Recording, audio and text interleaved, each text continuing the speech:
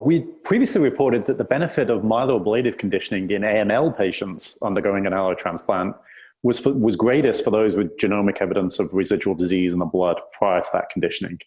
What our latest study has shown in MDS patients from the same randomized phase 3 trial, which was the BMT CTN 0901 trial, randomizing patients to reduced intensity conditioning or myeloablative conditioning, has shown a similar but not quite identical result. So just to remind you, this what we had previously shown was that about 40% of AML patients had, despite being in a morphological complete remission, had evidence of a high-risk variant in one of 10 genes prior to transplant. So for the MDS patients, initially, this was a smaller cohort of patients than our earlier AML study.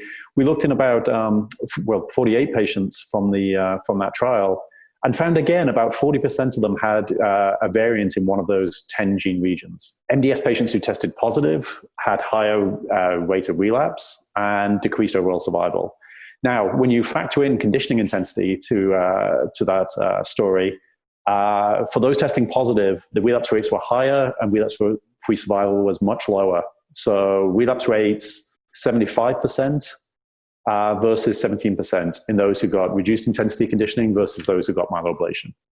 And so really there seemed to be a considerable benefit for myeloablative conditioning in reducing relapse in those MDS patients with a high-risk variant prior to transplant.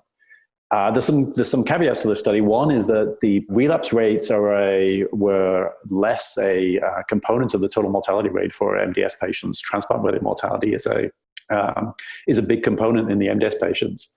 And the second caveat is these were patients under the age of 65. And so it's obvious that many patients with MDS perhaps can't tolerate a myeloablative regimen. But I think what this study shows us is that we can identify those who are most likely to relapse and then preferentially target those for strategies to reduce relapse in the pre, peri, or post-transplant setting.